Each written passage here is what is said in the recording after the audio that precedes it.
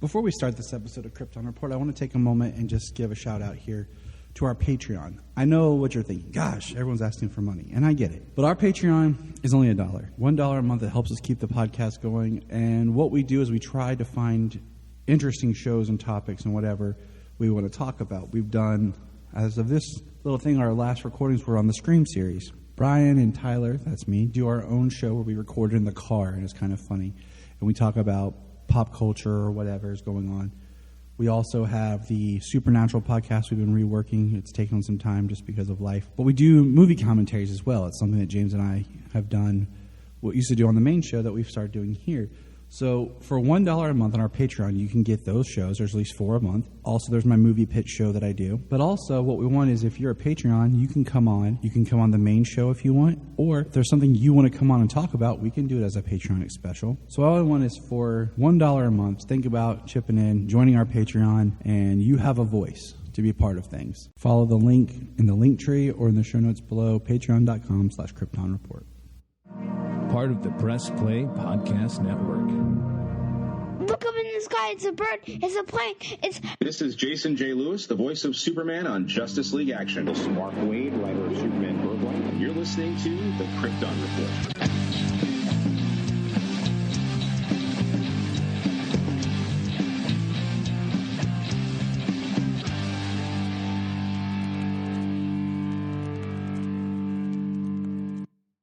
I'm ready. James is ready. I'm ready. Depression. I'm ready. Depression, obsession, rhyming words. Hey guys, this is Krypton Report here. We're having a good time because it's actually some sunshine here in Ohio, but the weather changed. I got my sinuses a little clogged up. Woohoo! And also, it's been a long week. Technically, we haven't recorded in a little while because last week James was on call with his job, and then busy. This week Janina got real sick, and I've just been taking care of her and the kids. So it just takes up time, and it's just been crazy. As of this recording, we are only 3 days away from the amazing Selah's birthday. We are having a Flash-themed birthday because that's what she wanted. And excellent. I just let her pick what she wanted, and that's what she wanted. So it's exciting. Good times. Good times. We're just getting back into the swing of things, you know. It happens. So life, man. Life takes a find a way. Yes. So one of my students came in the other day, and she had on a Dr. Malcolm shirt. It just said, "Life will find a way." Fantastic. And I just had to laugh because I'm like, I love Dr. Malcolm, but I really love Dr. Malcolm in the first Jurassic Park. You know, I haven't seen the new one, so I really don't know what he's like in that. I feel like after a while, like, he's still Dr. Malcolm in Jurassic Park, you know, the Lost World. But then he just slowly starts to just become Jeff Goldblum. I was going to say, there isn't really anything new that Jeff Goldblum does these days. I mean, like, his character is Jeff Goldblum. Yeah. So it's like the Ric Flair documentary. It's like, he can't shut off Jeff Goldblum. Yeah. Yeah. So I was like, I love it. But hey, we got some things to talk about. Speaking of the Flash, the Flash TV series, as everyone knows, is in its final season. And, you know, James is about to watch it. I know you had started it, right? Yeah, I watched the first episode. You know, we had discussed this with everything going on. I mean, unfortunately, my reading and watching has been a little behind, so I haven't had a chance to really get into the Flash, into the season. I bought the season, so I'm going to have them, and I can watch them all without commercials and without that annoying CW app. And yeah, that's how I did it. But I will say this, and it's the final season. I don't own any of the Flash, and you know, I bought, like, Arrow was my favorite Arrowverse show for the longest time, and I bought the first season, and then when things had come around and Netflix, they had done the Netflix deal where everything would be on a week after, so it wasn't as pressing. And when I knew Arrow was ending, I bought the final season that way. I bought that on Blu-ray, so I actually want to complete the series of Arrow on Blu-ray. Nice. But yeah, but I right now, like, so of course, like Supergirl, I bought the final season of Supergirl, and I've been buying every season of Superman and Lois as it's come out. And so with this being the final season of The Flash, and I want to see it, you know. The Flash has been probably the longest consistent good show that they had done in the Arrowverse, so I definitely want to see it. And it became the biggest and most popular, even though it wasn't the one that started it all, like Arrow. I mean, that's why it's the Arrowverse, but I think, you know, I think it grew its popularity, and yeah, I bought the final season so I could have it, so I could watch it. Yeah. Nice. And especially without commercials. Yeah, that's a big deal. Well, with the CW app, it's not really a big deal if the CW app didn't show the same 3 commercials. Like, you can watch the same 3 commercials in one ad break. It'll be that same commercial, boom, boom, boom, for 45 seconds or whatever, or a minute and a half.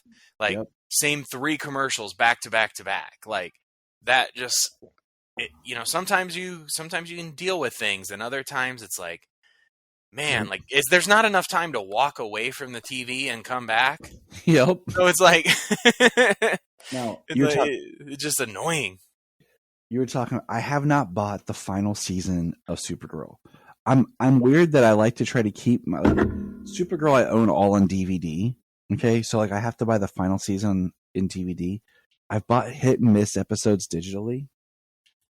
Arrow, I have the first 3 seasons on DVD. The Flash, though, that's the one that I have seasons 1, 2, and 3, and 5 on Blu-ray, and then I have 4 and 6 on DVD, which kind of annoys me because I'm like that. But I bought a lot of my Flash. I owned it, but I found the Game On store that sells some used movies. Somebody sold a bunch of Arrowverse stuff to them, so I got 2 of my Blu-ray sets for $3 for the Flash. So I've keeping my physical there, and yeah, Superman and Lois I buy on Blu-ray and I buy the digital just because I double dip because it's Superman and Lois and it's a great show. I haven't had that opportunity yet to get them physically. I only have them digitally currently.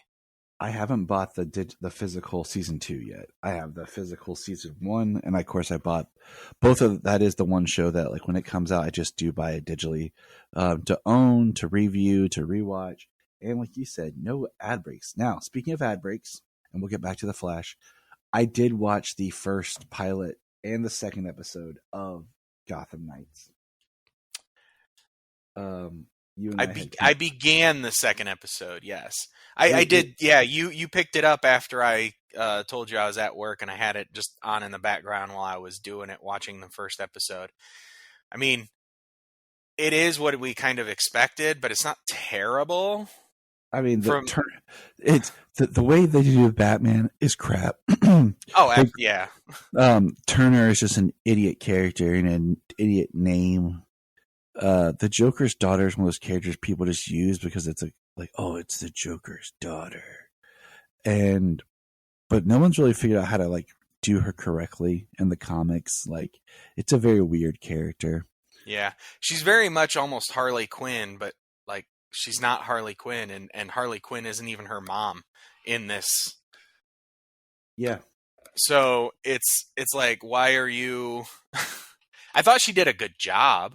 Yeah, I will say that she did a good job portraying a somewhat manic, distrusting person, because she's distrusted just for who her father is. Yeah. So, excuse me, but man, Pardon me. But I don't know, like the Harper and Cullen Rowe, like Scott Snyder's probably like, why do people keep taking my stuff and not doing it right? You know, because they're doing the Court of Owls, and that's mainly the Talon looks sick though. Yeah, the Talon and I mean, it Harvey does. Dent is why I watched it. But Solomon, Yeah, Solomon Misha Collins as Harvey. Solomon watched it with, he watched this. He was working on his Lego Batmobile. And that was the big reason why. My rule is always watch the pilot of any DC show, but he liked it enough that we watched the first two.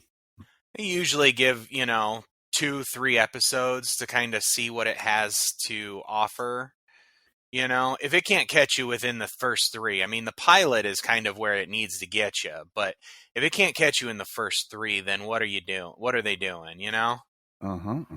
Exactly. So I think I posted like, this is the 5th Batman show really without Batman. That's the interesting thing. Like, I think we need Batman shows without Batman. The Bat family is so huge that these characters need shows. These characters need to stand on their own, where Batman can come in and show up, but not have to be the focal point. I think that is necessary. But why are you making it about characters who aren't in the comics? Characters who we know. You might as well just make your own procedural show without dragging the name of Batman and Gotham or even DC into it. Yeah. With that, I mean, you could make fantastic shows with all of the Bat family characters. Every single one of them has a rich backstory and would probably benefit from we could definitely enjoy more from more characters. They're so good. It's so rich, and yet, yeah, it's just not. I think we can have Batman shows without Batman, but they always try to kill him off. They always try to have to write in a reason why he's not around. Not just for the fact that, it's, everybody lives their own lives. Like, it's not just because, they work with Batman means that Batman is hovering over everything that they do. You know what I mean? To me, the show that they should have done was like Bloodhaven, and it should have been like Talent Titans, like Nightwing focus, where he goes off and does his own thing, and then Batman. I mean, that makes sense, just like in the comics. But when you're in Gotham, it's like, oh, we have to find 30 reasons why Batman's not here. Yeah, when how many stories of Batman do we have where Batman is not I lost my train of thought. Give me a second.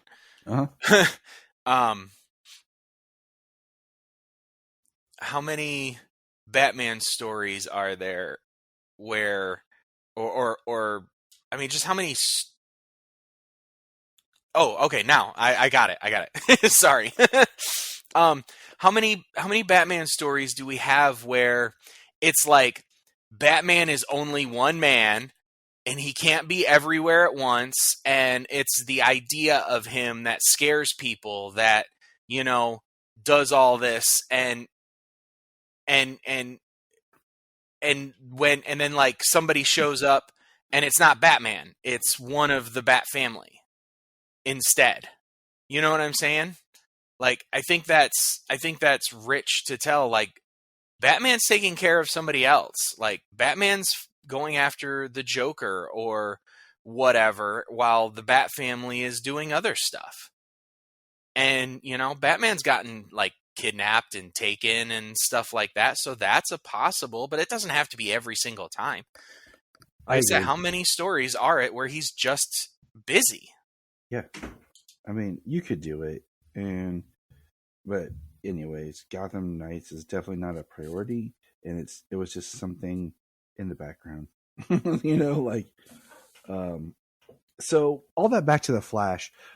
This is the final season of the Flash, and I won't say too much, but I feel like they dropped the ball with the first part, and the past 2 weeks, there's only like 13 episodes for this season. Haven't even had Barry the Flash in it. It's been episodes about the side characters. Which are things we've seen in the past, but that's usually like because they're filming a crossover and the main cast has to be, the main cast is focused on or is working somewhere else. Which is totally fine and I'm okay with.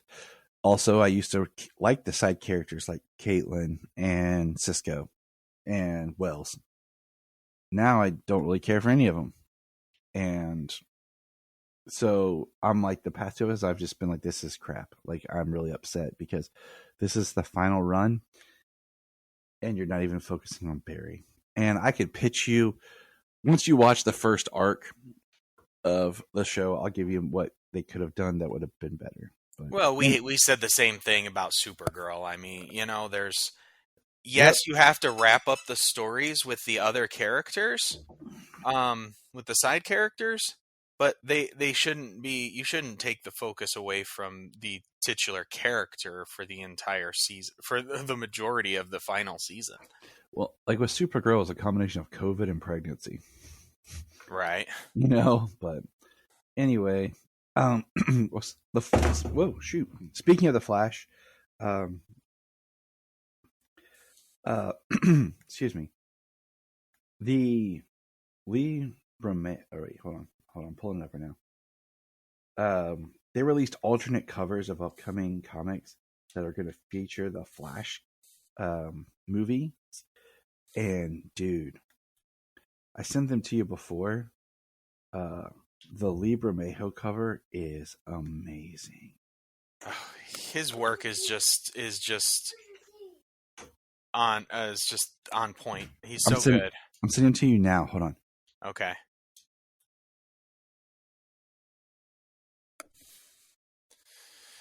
Check this out. There we go. So the one thing, you know, we're talking about Lee Bermejo. The one thing I do really like that I need to find is the variant cover of Superman #2 with Henry Cavill's Superman specifically on the cover. Yeah. I sent you that image. Yeah, that Lee Bermejo, Batman, Supergirl, and the Flash is just sick. So good.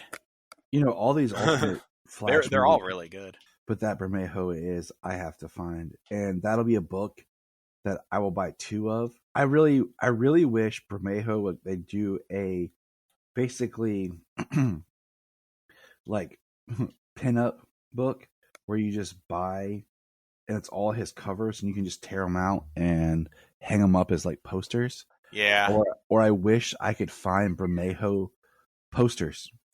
Didn't he just have a book? Yeah, he had like a coffee book come out. Yeah. It's not a pinup book. It's not something you wanna destroy.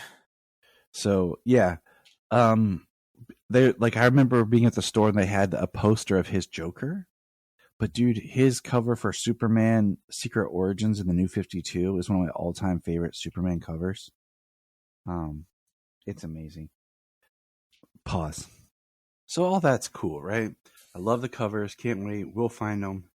Bermejo needs to release a calendar or release posters so I can display giant Bermejo works of art.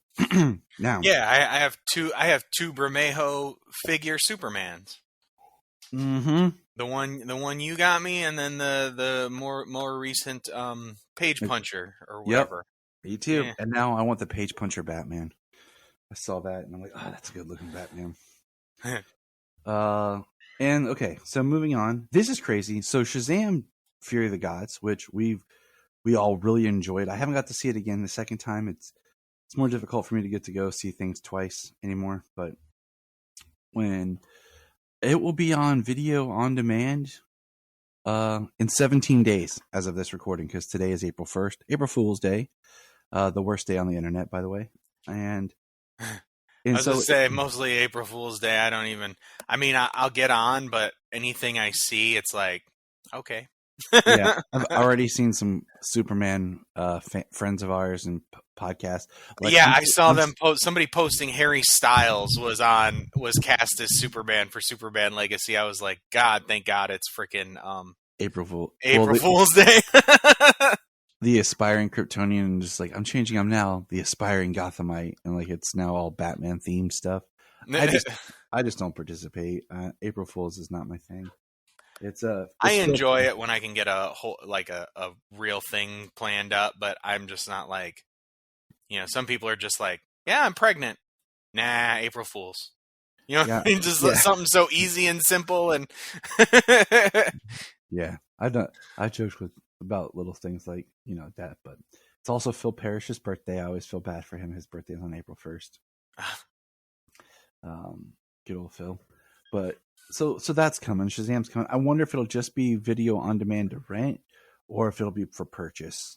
Yeah, I'm hoping it's the purchase angle, because that way I'll go ahead and purchase it physical.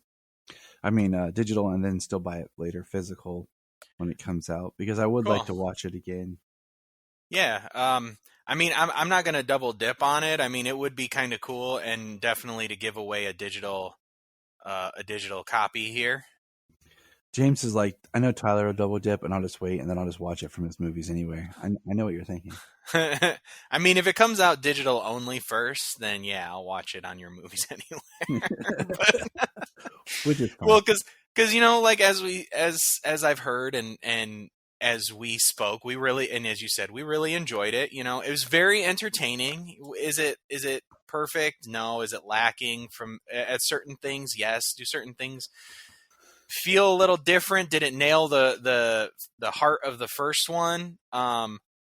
Yes, but also like a little no. Like it didn't have it as emotionally impactful.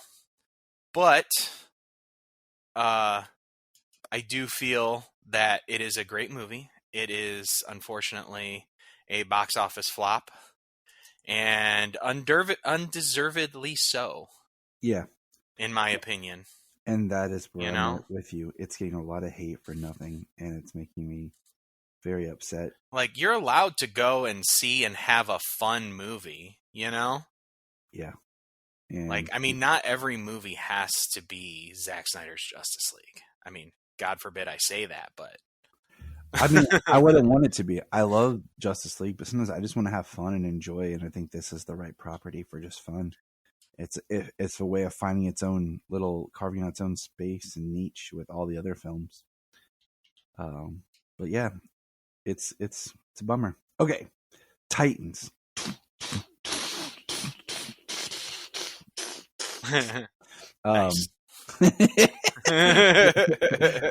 Returns in 12 days.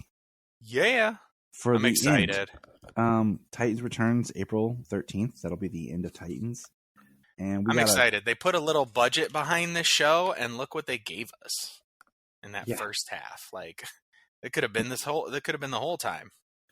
We had speculated this would be the final season. It does kind of work as this kind of quadrilogy, where this season pulls back to the first. If you're looking at like a trilogy, just now you have one extra chapter of your trilogy. And it's coming back, and we got a little poster, and the poster looks cool. We have the White Raven, spoilers. We have Bald Connor, who's really going into his Lex Luthor side. Oh yeah, from that trailer, hardcore, man. And we got the trailer. We'll talk about that. Yeah, just all. Oh, sorry, I jumped the gun. No, I'm just saying it's all kind of wrapped up together. And then we got our first look at Tim Drake Robin, his suit. Oh, looks so good. That's one thing we can always say about this show. It looks so good.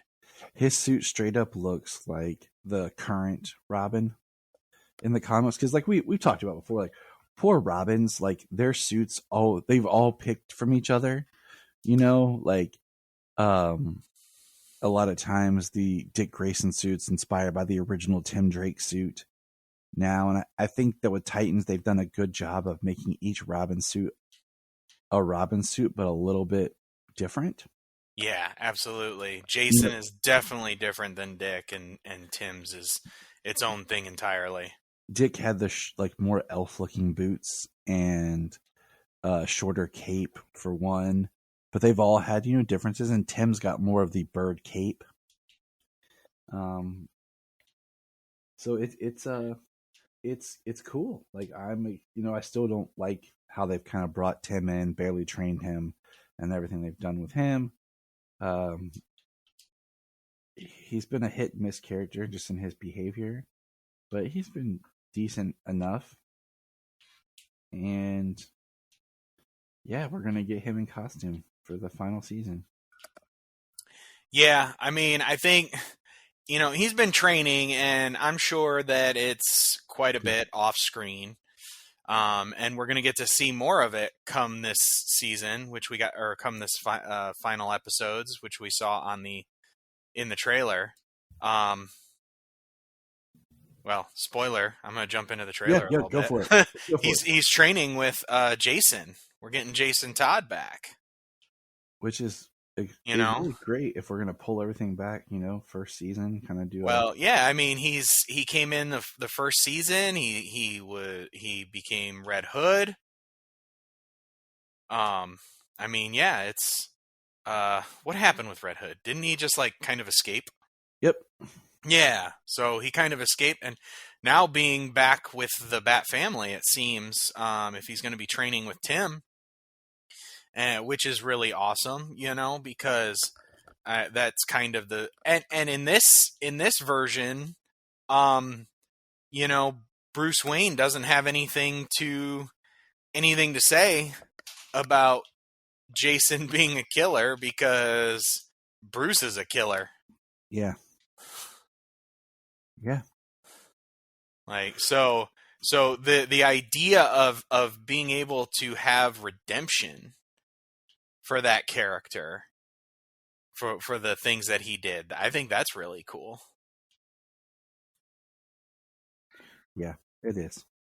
And we'll see how it goes. And like I said, Superboy is not very well. He definitely taps into his Lex Luthor side. He has gone overboard. Yeah, Joshua Orpin, he's been, I think we've enjoyed him. He's been really great since the beginning. I'm like, give him his own, I don't need his own show. Just give him his own like 3 episodes by himself. Yeah, little Superboy miniseries. Yeah, have the Earth crack open and he falls through. They talk about in the trailer. They talk about a different dimension, right? And Dick, is like looking for, you're on a different dimension. And I think that's when they're actually on a different Earth or something, and that's when we're going to have the Stargirl crossover. Ooh, yeah, that could be interesting.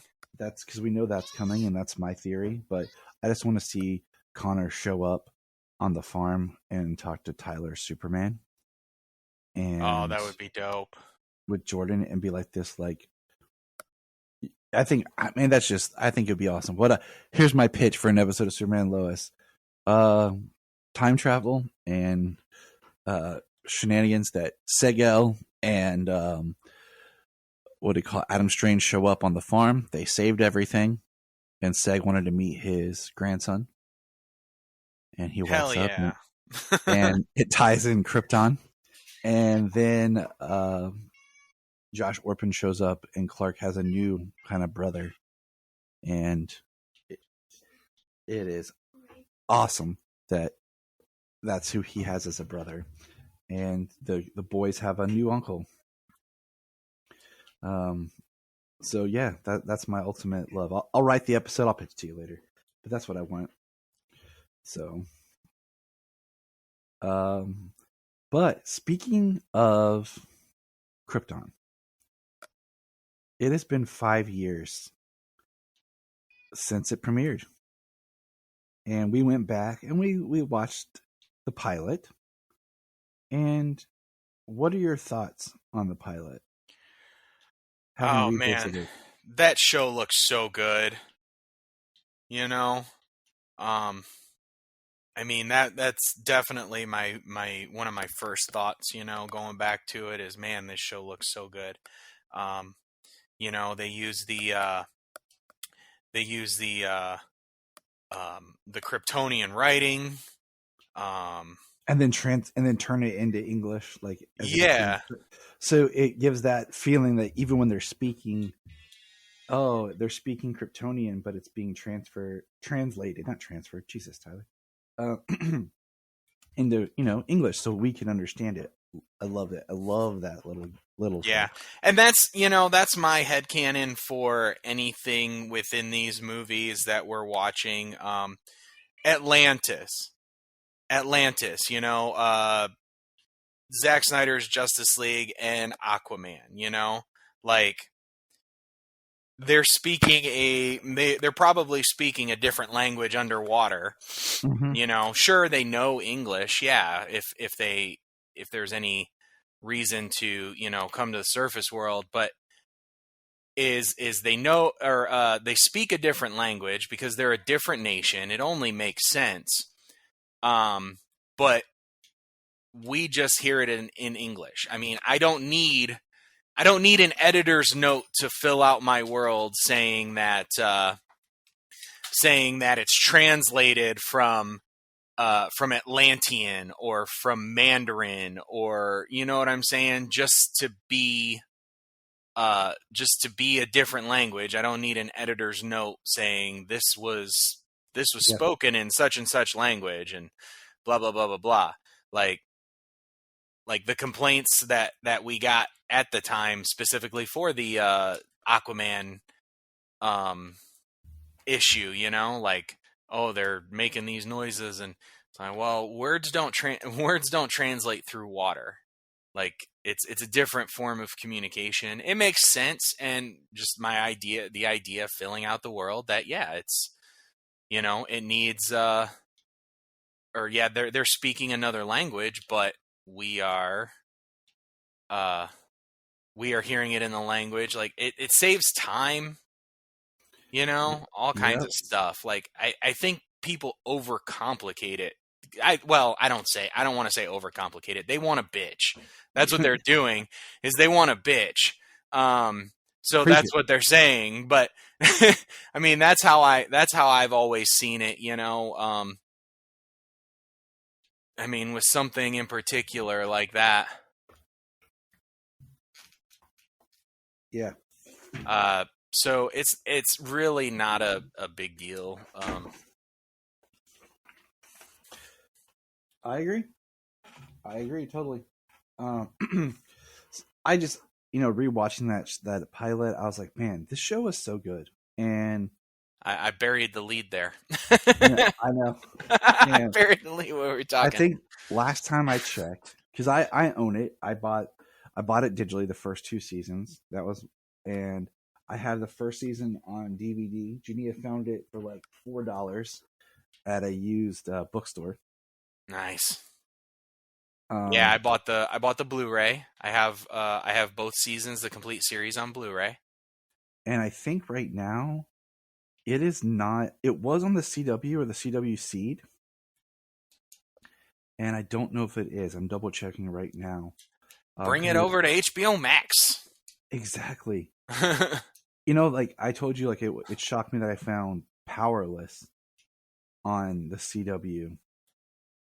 I own that too. That show is kind of the forgotten show, and yeah, it's not on CW, and I don't have CW Seed anymore. I'll download the app while we talk. It should be on HBO Max. Same thing with Swamp Thing. Absolutely, definitely Swamp Thing.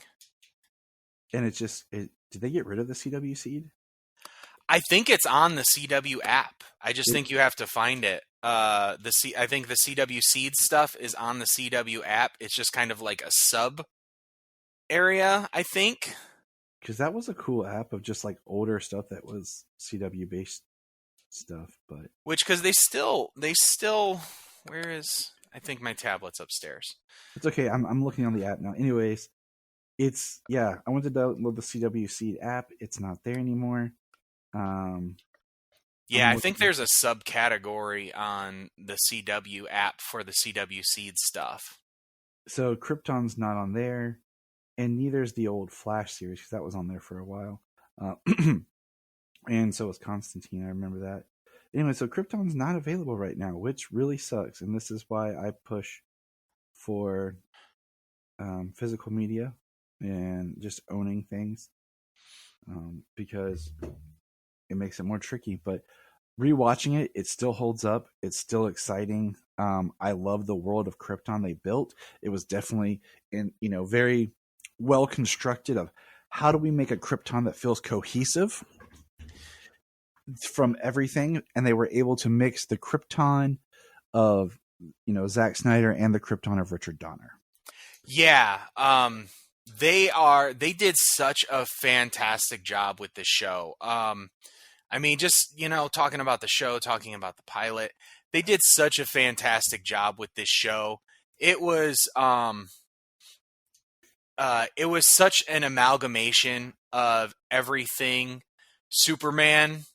Before that, it's Donner Superman, Man of Steel, the comics. I mean, there was so much involved. The fashion, the style choices, the look of the city, the way they made Krypton look. Like, there was the sunny,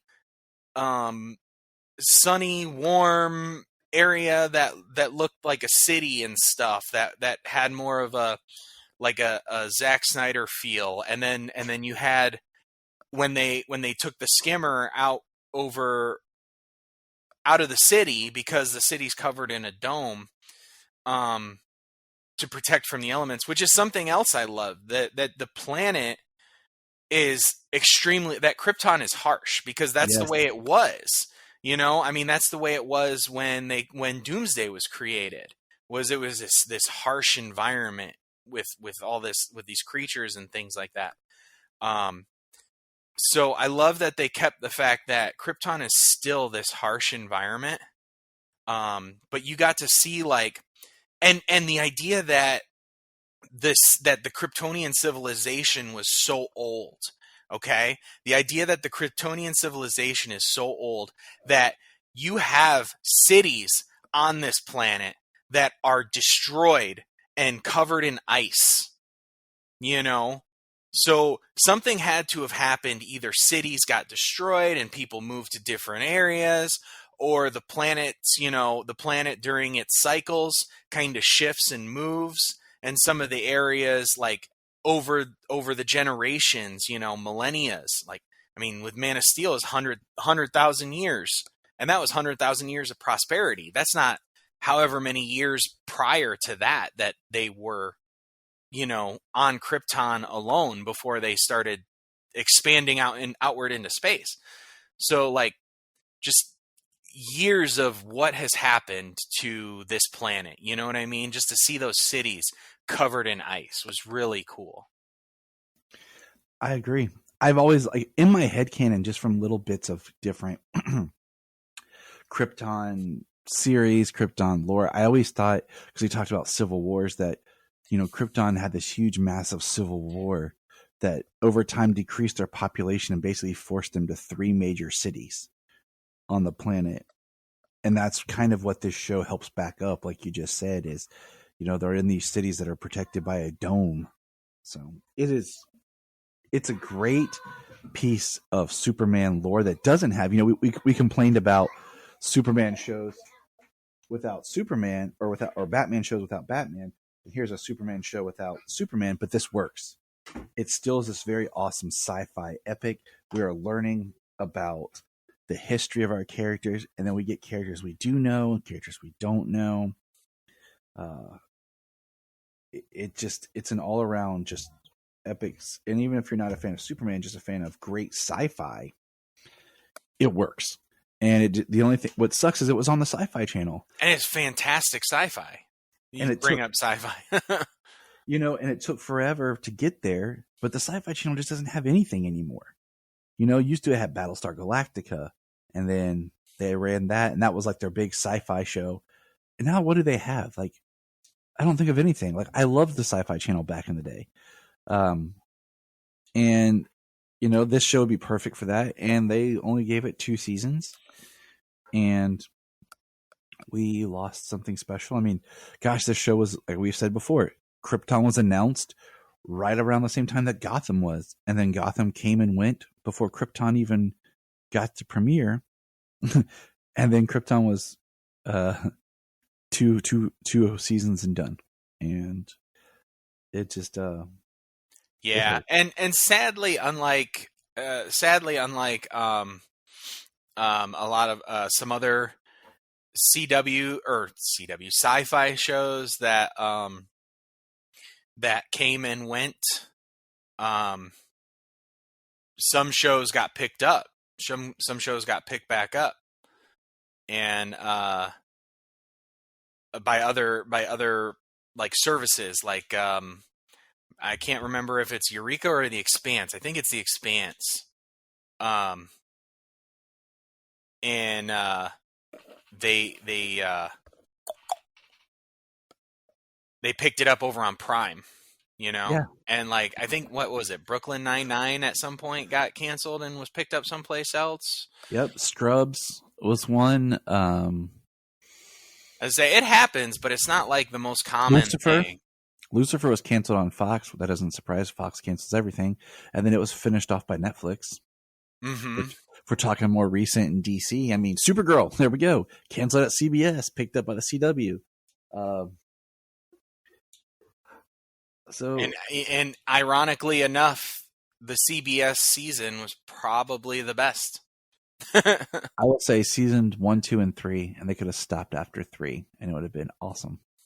4 starts with some good stuff, but then just, and then 5 is, that's all they made 5, right? No, yes. 6. No, 6. So yeah, 5 was and 6 was just not non-audible, just sound effects. But hey, that's what we got, and we just throwing this out there real quick, and then we're gonna get into some Superman and Lois. We have some birthdays. The Dark Knight turned 84. Detective 27 premiered 84 years ago. Yeah. And Supergirl herself, Miss Kara Zor-El, turned 63. So 63, huh? Yeah. Look at that. Yes, sir. Now it's impressive. It's crazy because time, dude. Like, we were just talking about 2018 Krypton premiered. Dude, that feels like just yesterday. Like, I remember watching that show. I remember being at home. Like, we had just moved into that other house, and now here we are 2 years in our house that we bought, and it just feels like yesterday we were talking Krypton as it premiered. And it's getting old, bro. We're getting old. Well, maybe not you, but you know what? It was pretty great, man. I remember watching it, and I remember, translating, checking on the everything that they put up on the screen, seeing that they used all the right letters and everything. Yeah, it was sick. It was awesome. So, all right. So Superman and Lois, let's get into this. Are you ready? Yeah. Gotta say it like Keanu Reeves. James, are you ready? Yeah. So season 3, episode 2, Uncontrollable Forces. Clark and Chrissy notice a small crack in Lois's game face. Sarah and Jordan have an awkward encounter. Lana receives a panicked phone call. Sometimes I really just look at these descriptions like, what? I mean, yeah, that's the episode, but there's so much more to it than that. Yeah.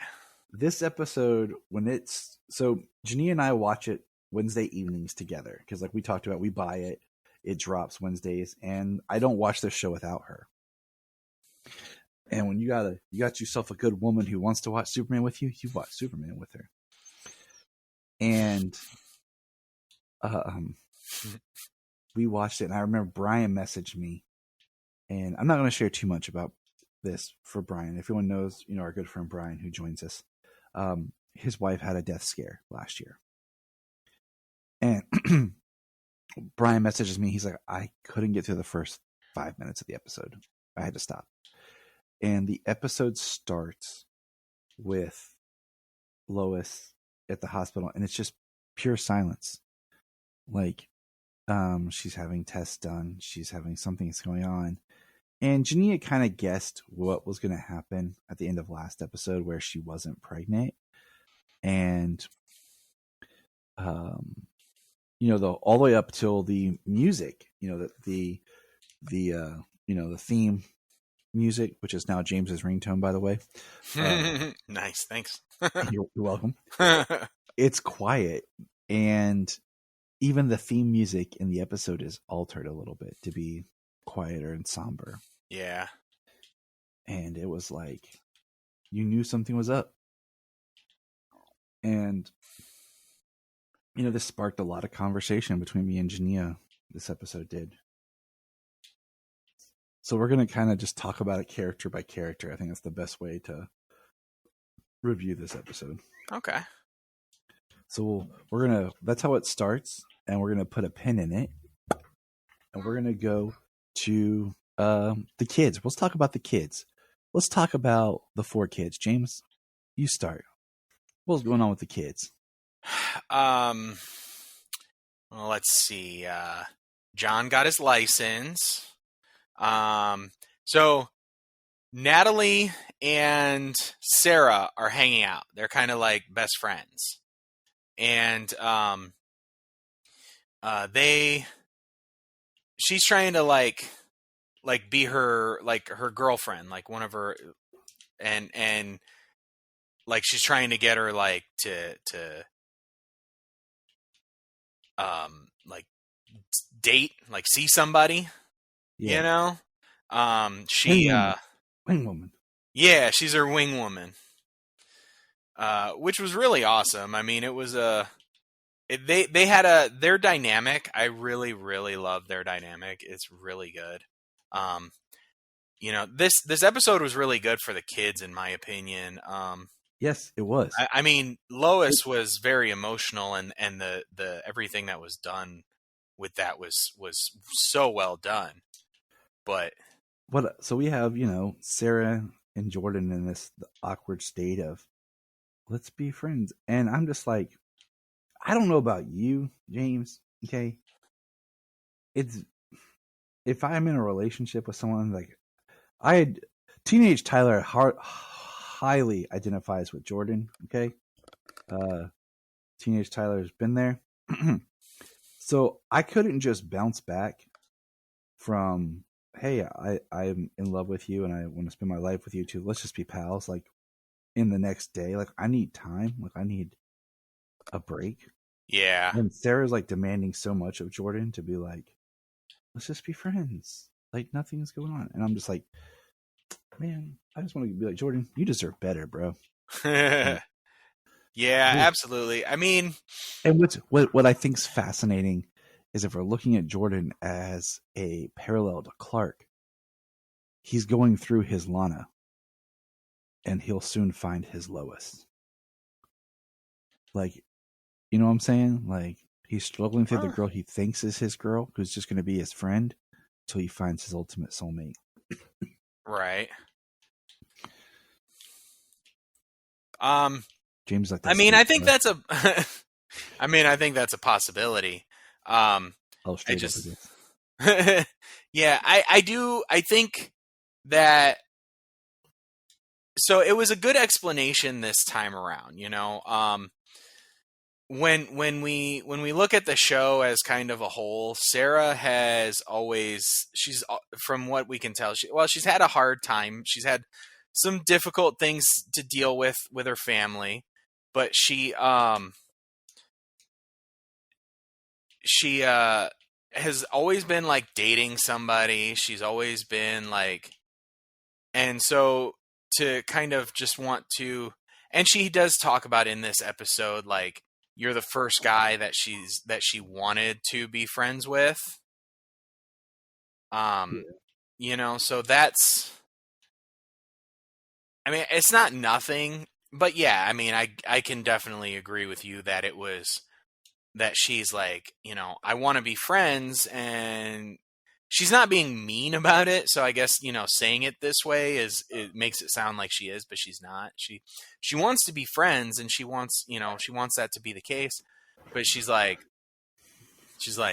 yeah, I want to be friends. Like that's what we're gonna be, and that's what we, and like he's like, I want to give you some space, and she's like, I don't want space. She's like, yeah, it's, I mean, she sounds like a kid, you know? Yeah. Like, yeah, which is fine, you know? I mean, you don't have to. Teenagers are dumb. I would rather, yeah. I mean, teenagers are dumb. Okay, I'm just going to say it. Like, I work with them every day. I listen to their conversations and watch their behaviors. Teenagers are dumb. Yeah.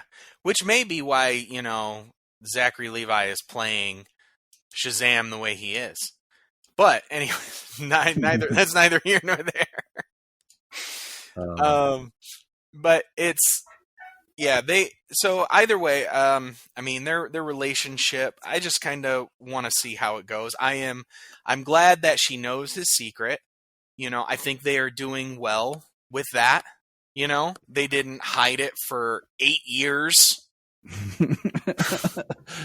You know, everything in this is like on a very realistic times table. Like, they didn't stretch out Lois as big news for like all season. They did it. Oh yeah, no, they dropped it in the very next episode. They resolved the issue of her not being pregnant in the first one, and then they dropped the news of her having to fight this stage 3 inflammatory breast cancer. Yep. They dropped it right in. I thought it was, you know, very well handled. The times table on this show, the way, yeah, it's so good. But they end up going to, as a group, the four, well, okay, not the four of them. They end up together. But Natalie and Sarah go to a party in Metropolis, a party that a boy she liked on her Earth was throwing. So they wanted to just kind of like, you know, get out there. Like, she's trying to, yeah, I mean, Sarah's trying to be a good friend and trying to, you know, help Natalie out so she's not, I mean, it is what it is. I mean, you can be alone and be happy, or you can find somebody to be happy with. I mean, in my opinion, that's the way it should be. You should be happy alone and find somebody who makes you happy. Yes. When you're together. Like, but being happy alone comes first, I feel. Is healthy. Anyways, they go to a party, and speaking of the party, Natalie tells John exactly what's going on. That they're going to a party, that she's not going, that there probably will be drinking, that she's not going to be drinking, and that Sarah's driving, and that Sarah's not going to be drinking. Yeah, so I think it was really good. It was awesome. And then the dynamic of the different kids and the relationships they have with their parents. Yeah. And then we get Sarah, she tells Lana that she is staying at Natalie's house for the night, that they are having a movie marathon. So she lies to Lana. Straight up, she does. Yeah, she does. And you know that. So one thing I want you to take note of. Did you notice what this episode did? This episode did the same thing that Smallville did. All of a sudden, Metropolis is with a day's drive. Yeah, I was wondering. I thought Metropolis was farther away. I don't think that they specified where Metropolis was.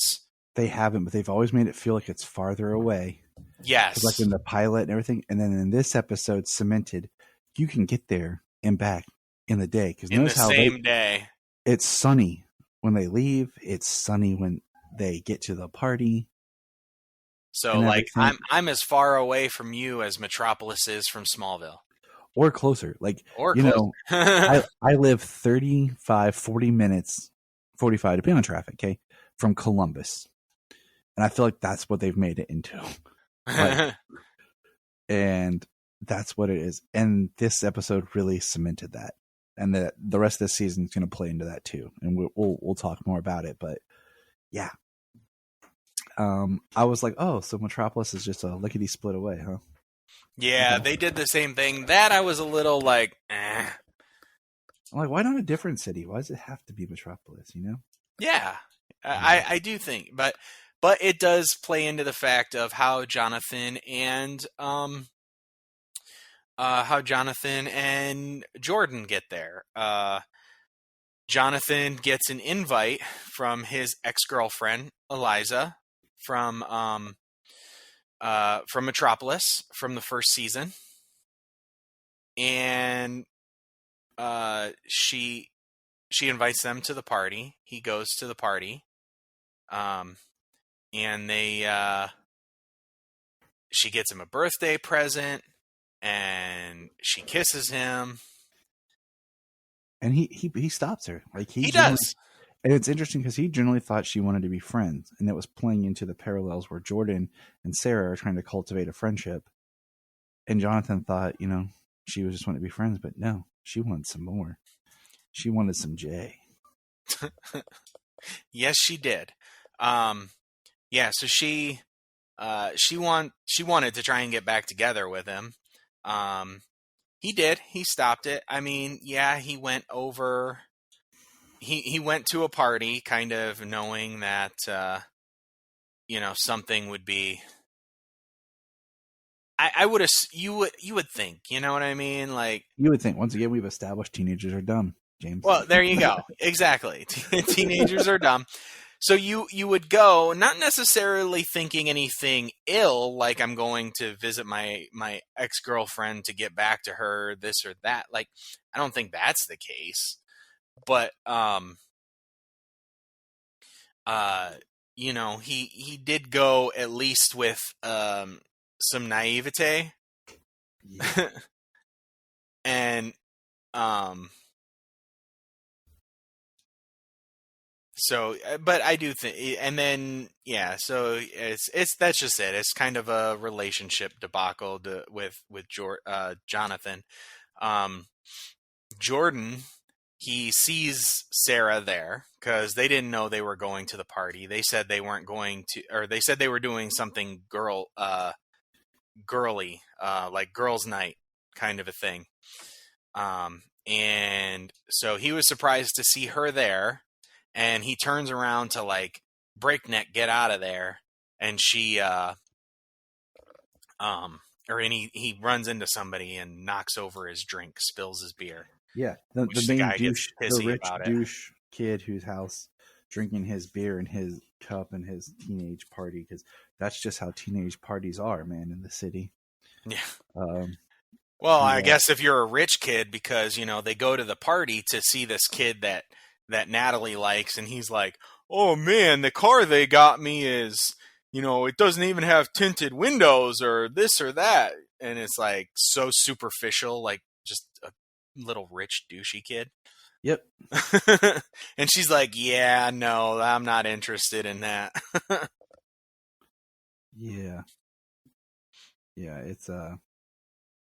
it's interesting. And then, Jordan's just trying to do his thing, and then they end up Jordan and Sarah challenging him to beer pong, and which is fun. It was a nice montage scene. They had a good time. They said they put some money on the line because they couldn't drink. Yep. And they win. Of course, douchebag has to, try to cause problems. Jordan ends up wearing Sarah's flannel because Sarah's rocking like she's a grunge kid from the 90s. Well, he's got a big old beer stain spilled down on him. Dude, just step to the bathroom, use heat vision, and blow dry that crap. I know, right? Dude, I swear that's the thing is like some of these writers don't think about the power sets. Like, because it could have been funny scene of him trying and burning a hole in his shirt to where he had to wear like her flannel or something. That could have been funny.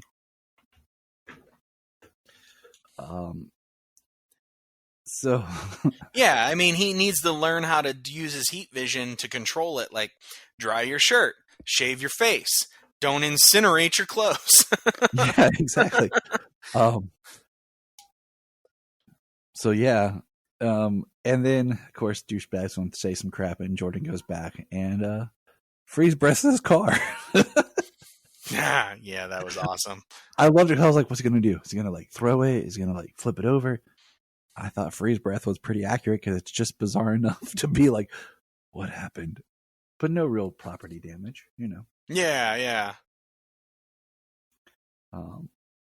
And so that's pretty much the kids' story, and we'll the only other big part is Lana finds out. So we'll switch over. Lana gets a call from the mayor about the funds. Mayor gets attacked by onomatopoeia. Now I'm saying it's onomatopoeia. Some people online were saying maybe it's spellbinder, but that just because of the look. But to me, it makes more sense to be onomatopoeia because it's like using sound. We're going to press pause and hear a few words from our other podcasts on Press Play Podcast Network. Hello, Brooks here with the Books with Brooks monthly book club podcast. Here's how Books with Brooks works. We read one book a month and then we talk about it. Classics like Stephen King's The Shining, debut novels like We Are the Brennans by Tracy Lang, and tons of other compelling, life-changing stories, one book and 1 month at a time. So come read along with us and then listen in.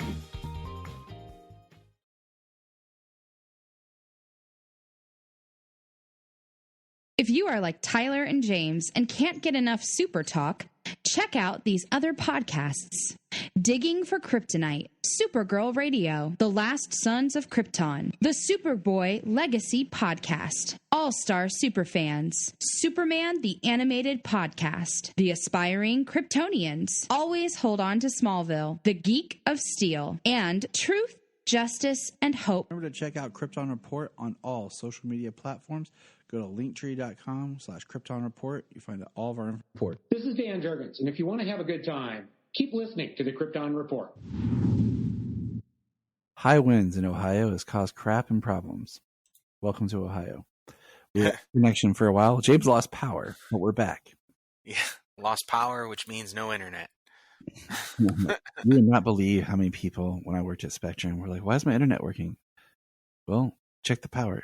The power's out. Okay. Or why am I paying for Wi-Fi? And then they want to cancel their Wi-Fi router, and they would cancel it, and they're like, I don't have any internet. Yeah, you do. Just in the modem now. People are dumb. Like teenagers. But anyways, now that I've said that my piece with that, we were at the part. We were talking about, so John Henry and Lana end up talking, and this is where Lana finds out that Sarah lied to her, and that Sarah had told her she's going to Nat's, and Natalie was just up front with her dad about the party. So then John Henry and Lana are talking, and John Henry's like, I thought you knew. You know, Natalie came to me and asked me for my permission and everything, and I thought you knew. And As you would assume, like, yeah, like my kid tells me things. And I mean, right there probably makes Lana even more angry. And we'll get into Sarah more because it's so interesting how Sarah, like, Sarah paints her mom as such a bad picture. And she even blames her mom for her dad cheating and everything. And she sides with her dad on things. And I think you're jumping ahead to the next episode. I am, but I'm just saying it's interesting because you see the threads here of, once again, how she doesn't respect or care for her mom. Yeah. Well, that's kind of been an ongoing thing since the beginning, you know. I mean, they've had a strained relationship. She had her suicide attempt. and then all of her therapy, and then all of the family issues. I mean, she's a kid, so it's, it's kind of what happens, but it's unfair. The way that she blames her mother for everything. So that puts John and Lana together. And we have a scene of them at the mayor's office because she's trying to figure out this one phrase, okay? And it's the pride of Smallville. And they find out basically in her office is a big seal, and behind that is a thumb drive. And when they're out in the office, onomatopoeia attacks.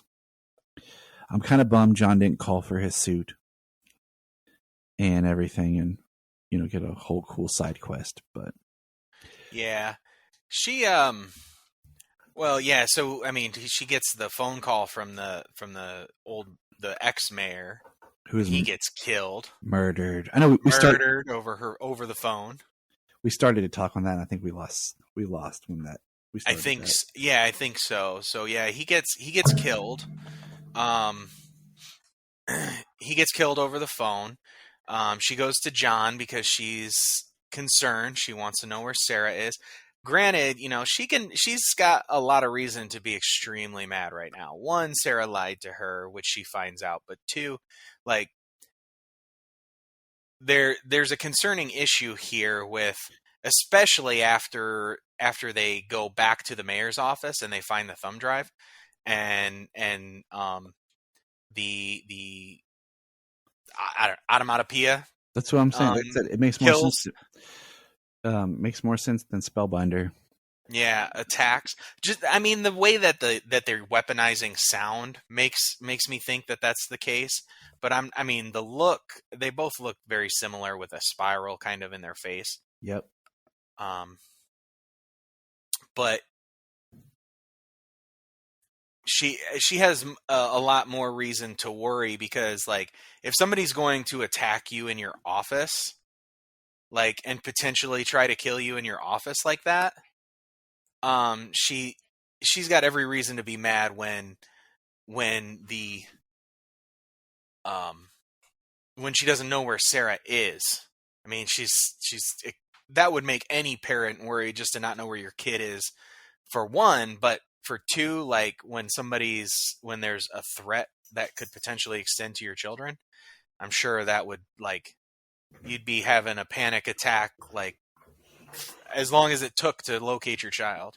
Oh, yeah, totally. And I mean, especially in our modern age where we just expect with the cell phones to be able to connect quickly, and we can't do it. Even more just fear. But as we watched this episode and this was happening, Jania definitely gave me some looks about Lana and John. Like, that's a couple right there. Yeah. I do like those two together. I do like the idea of those two together as a couple. Yes, I do. Yeah, I do too. I do a lot. And I think that's where they're going, because we'll get there. I'm trying to think, what else did we miss? Okay. All right, Superman. So, the main character about the show that we're here to talk about. Him and Lois are going through their lives. They're investigating Bruno Mannheim. They find out that the Atom Man had been released early because he had been given a death sentence because of a tumor, and it was by Judge Reagan. And in this episode, they're interviewing Judge Reagan, and some thugs come in who we find out work for Bruno Mannheim. And Judge Reagan basically decides she's going to commit suicide. And we have a very similar setup to the Grant Morrison scene from All-Star Superman, where Reagan is jumping off the building for suicide because her therapist is late.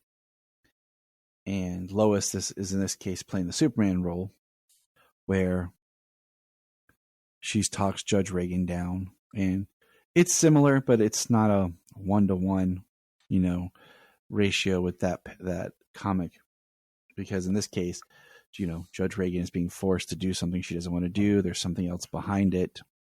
She's being threatened with. And so that's kind of the lowest story. And it's in this scene that the cancer is revealed. And she hasn't told Clark. She hasn't told anybody. And during this scene, Clark's actually talking to Bruno Mannheim. And what do you think about Mr. Mannheim? Well, I love the actor. He's doing a really good job. I like how he kind of sees himself somewhat as the hero, at least of his own little area. Mm-hmm. I'm just really interested in what they're doing with his character. He's obviously like the boss.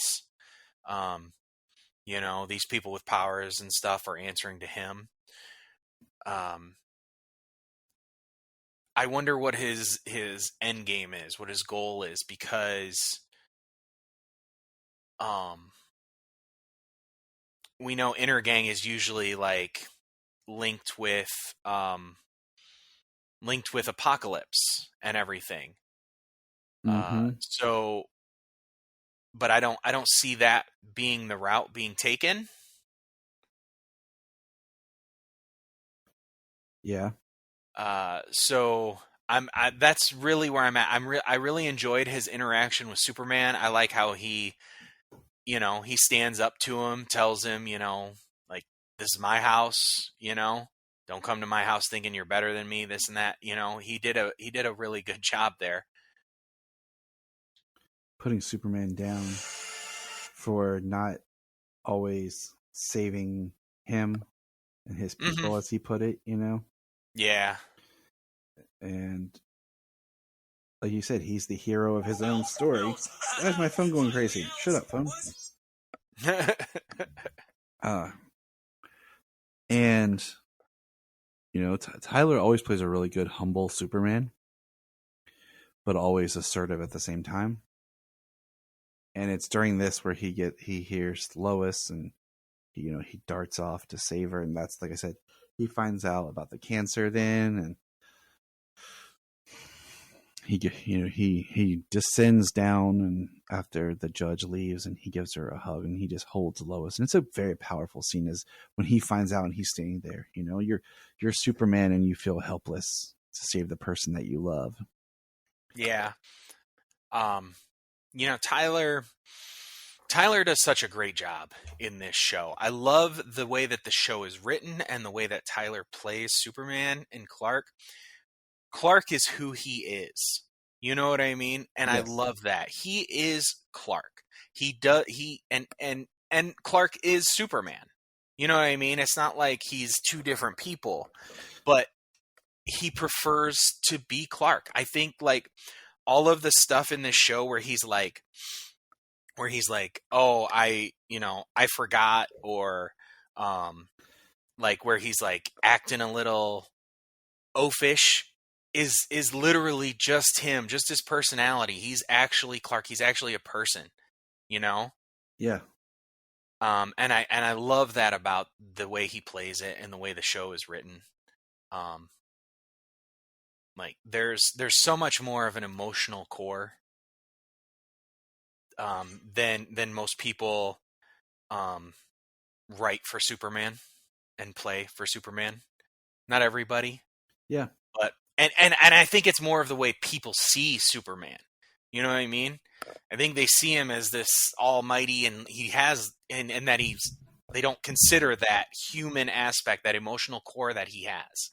Well, the whole, and how many comics have we seen where the idea of the secret identity is like a what? Like people just assume he's just Superman all the time. That he doesn't have a life or doesn't do anything else outside of being the hero. Yeah. So it's definitely fascinating. And, the one thing always about Superman with the dual identity thing is it also depends on who he's interacting with. We saw a little bit more of that in season 2 and a little bit in season 1 where Superman was interacting with people that Clark interacts with.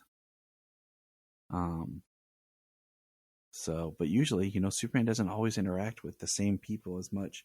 Once Lois knows his secret, it's not as many people that he interacts with on a daily basis that know Clark and know Superman. So, what do you call it? I think we got the ending is, of course, the boys coming home. They're late from their curfew from Metropolis, and Clark and Lois are sitting in there, and they're starting to tell them about what happened, and Lois gives them the news about what happened, and it just ends on a beautiful family hug. Yeah, I love that they didn't even. There was no concern of that. There was no concern of the of them being late. They were more concerned with this is the issue, and let's address this. This is what's concerning the family. And when we first saw the episode, okay, when this episode first came out, and part of it was, one of the thoughts was, okay, the cancer thing is a fake because we're thinking that Dr. Irons is onomatopoeia. It makes the most sense. Onomatopoeia is a woman. She was introduced, John's sister, history with John, whatever, that the cancer was a setup. But the way they handle this in this episode, and we'll get more into it later, I don't want it to be. I think that would cheapen all the emotion and the groundedness that this series has tried to provide for a Superman series. I think it's new territory with these characters that we haven't explored yet. So, and I think, it being a real thing that Lois has to deal with, I think this gives people ground to connect with these characters even more.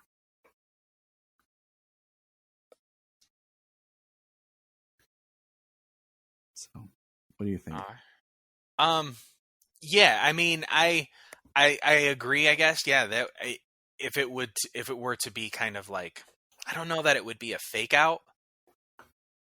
Okay, like I don't see it being like a fake thing for, like the Doctor to play it on her. Like the Doctor doesn't know that she is married to Superman, but so it's not like that's an angle. But she does know there's a connection there. Yep. Also, John Henry Irons, Bruno Mannheim. So there is a connection there that it could be, but I mean, I don't. If they play it as she is onomatopoeia, I would rather the cancer be a real thing. That I'm sure Lois would beat, but not. Because Superman, but it not undercut the fact that maybe she is bad. She is a doctor, but that doesn't mean she isn't doing her job. Nefarious, her job. They're just going to Clark's just going to take Lois up into space and throw her in the sun. He's like, "This will heal you. Works for me." Works for me. Nice. All right, so let's switch over and talk about The Karate Kid. Oh, not the movie. We're talking Ralph Macchio. No? Episode 5 of Season 2 of The Legion of Superheroes. And the episode is titled The Karate Kid. When only one applicant makes it through the Legion testing, Superman decides to recruit him as a member, the Master of Martial Arts, the Karate Kid. All right, pause for a quick second. I gotta check something. Okay. So when I started this episode, my first thought was, Legion tryouts again? Like, didn't we just get this in season 1? And we got Gridlock. Yeah, we did get it in season 1. The thing is, they didn't show a whole lot of the training or the recruitment in this. No, they didn't. But it is years. It is years. True. In the story timeline. You are absolutely correct. It just kind of threw me for a humorous point. I was like, wait, we just did this, but you're right. It was years. Yeah.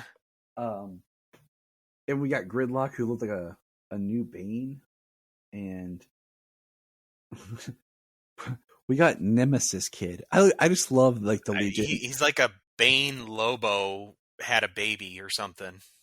Boy, kid, and lad. Just throw it on to anything. All right, toothpaste kid. Bring it over here, coffee maker lad.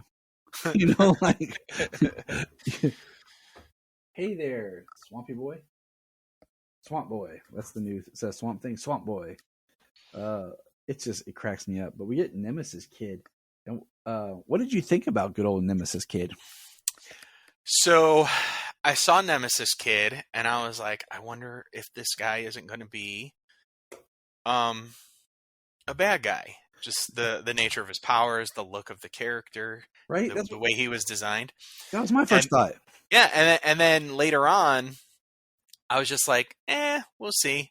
I wasn't committed to it, but then later on, when Grimbor used a power draining gun, he deactivated people's powers. I was like, okay, now why does he have the ability to do that? I was like, is that Nemesis Boy? And then he showed up shortly thereafter, and I was like, oh, okay, probably not. Yeah, and then I was like, are they brothers? Are they working together? Because Nemesis Kid's like supposed to be a cop that's been hunting him, and Chameleon Boy doesn't like him. And I was like, okay, it just seemed too convenient. And I was like, okay, because I was like thinking up in my head, all right.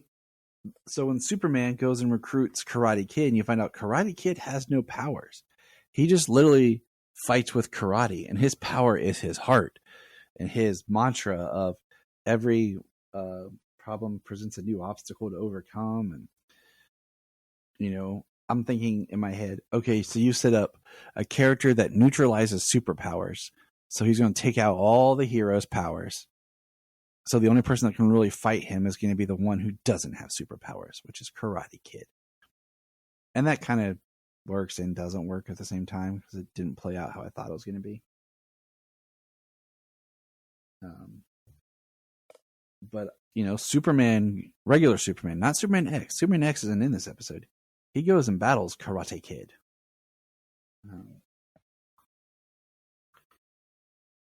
And lets him win.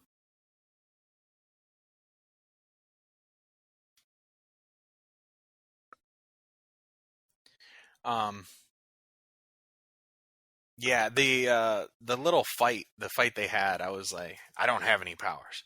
It's like, I don't know where that version of Superman is. You still there? Yeah. Oh, okay. Sorry, everything was quiet. I wanted to make sure we didn't have another issue. I am here. I'm quiet. You know, it doesn't happen that often.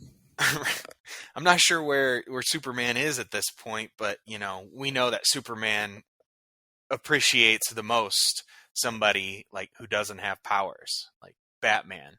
The determination, the ability, you know, being able to overcome almost any obstacle without powers. It is. That's kind of what I felt he was looking at. Yeah, leaning towards. I you know, he looks at the heart of the hero. Yeah, more so than the power set, like a lot of the Legionnaires do. And there's no Sun Boy in this episode, so that was kind of a bummer. And what we find out is basically, I asked myself, like, who's leading the Legion? Because, you know, I guess it's Starboy, or I can't keep up with the names. I'll be honest, it's difficult.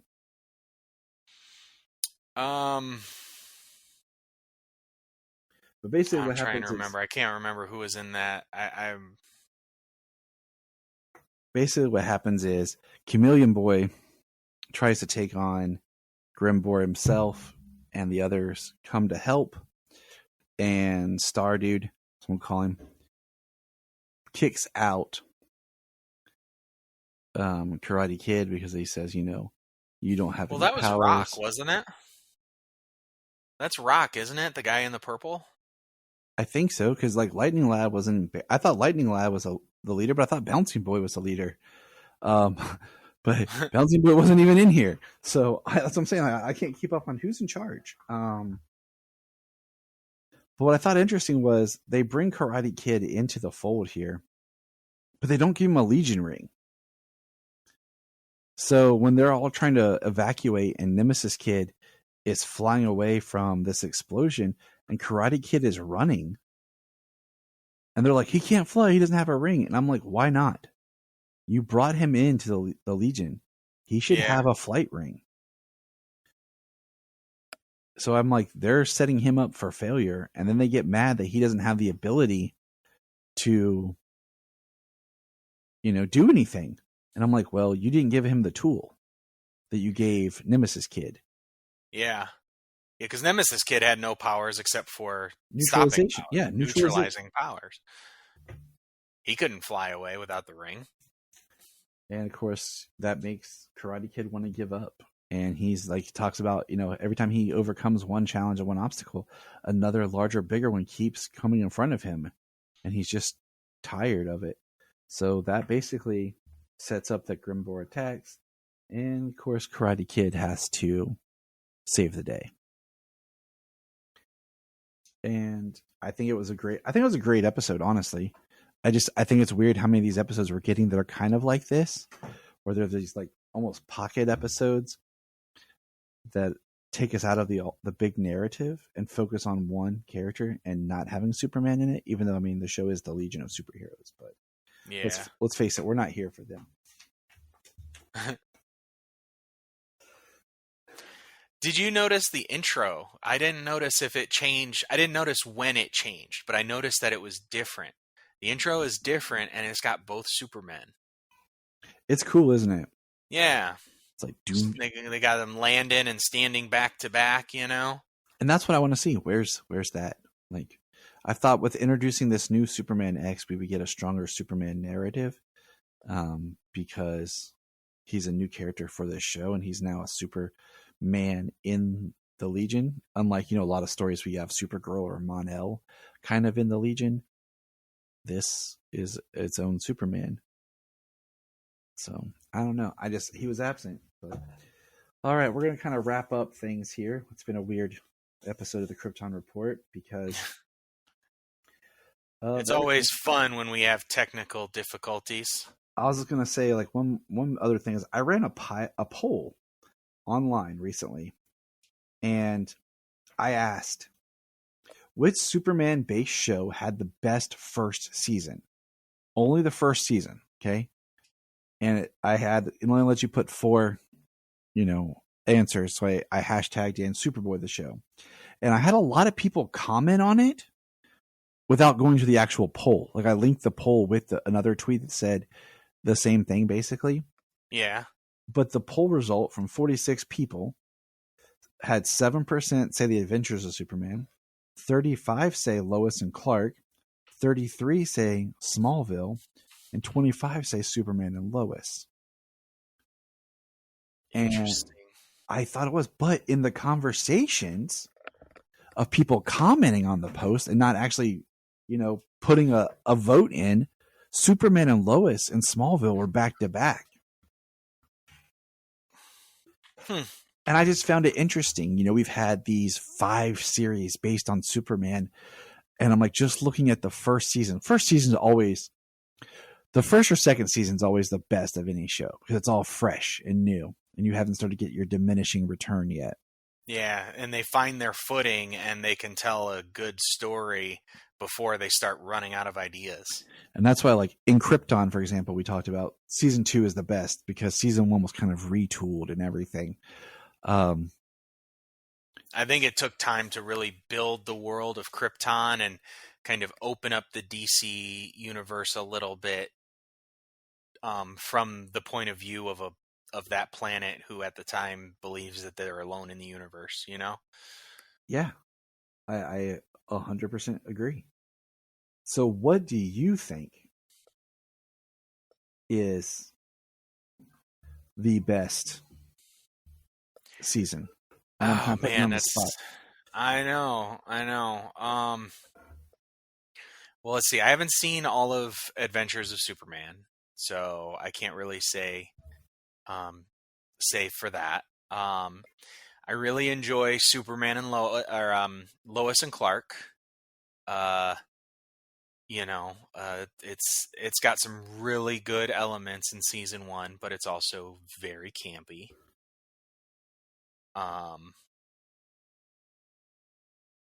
Let's see, Smallville. I mean, Smallville's got some fantastic moments in season 1, and the pilot was amazing.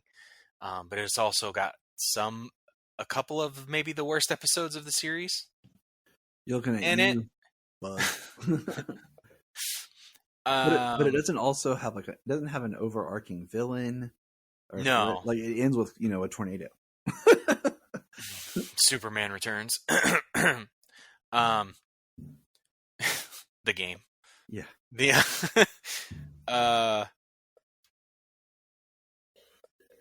I mean, honestly, in my opinion, some of the greatest first seasons would probably have to be between Superman and Lois and Krypton. Krypton really stepped it up the second half of the season, and it was a very cohesive story. Plus, the way that they amalgamized all of how true they had kept to Superman. Everything that had kind of come before kind of tried to do its own thing, really. But this was like, let's take what everybody else did and make something really great with a really great original story. And I think they did that amazingly. I'm leaning towards Superman and Lois because I'm just thinking, they all have, but it has a great arc, a lot of heart, original story. Yeah. But it also it's tough. I mean, it's tough. I don't think there's any right answer. It's got some great storytelling. I mean, it's got the origin where he's got that Fleischer suit on. It's got the episode where they show the history of how Lois and Clark had kind of gotten together into a relationship, which we have said is ultimately one of the best episodes of the entire season. Yeah. I mean, Superman and Lois is probably the best one, looking at it as a whole. And then for me, Krypton's probably a close second there. And that's where we're going to leave it right there. There's no right answer, but Superboy is definitely Superboy is definitely not the right answer. We'll just say that is a wrong answer. But I like to include it so people don't forget it. And it was just on live action. So we're going to leave you guys there. Hope you had a good time with us in this craziness. I'm watching the sun disappear while the tree next door is beating the crap out of the house. So let's see what kind of fun day we're into. So remember, look up in the sky. We just want to say, if you've enjoyed this podcast, please check out other podcasts on the Press Play Podcast Network. $1 a month. You'll get extra special content that you don't get on the main show, like movie commentaries and whatever else comes out of our mouths. So check it out, patreon.com/Krypton.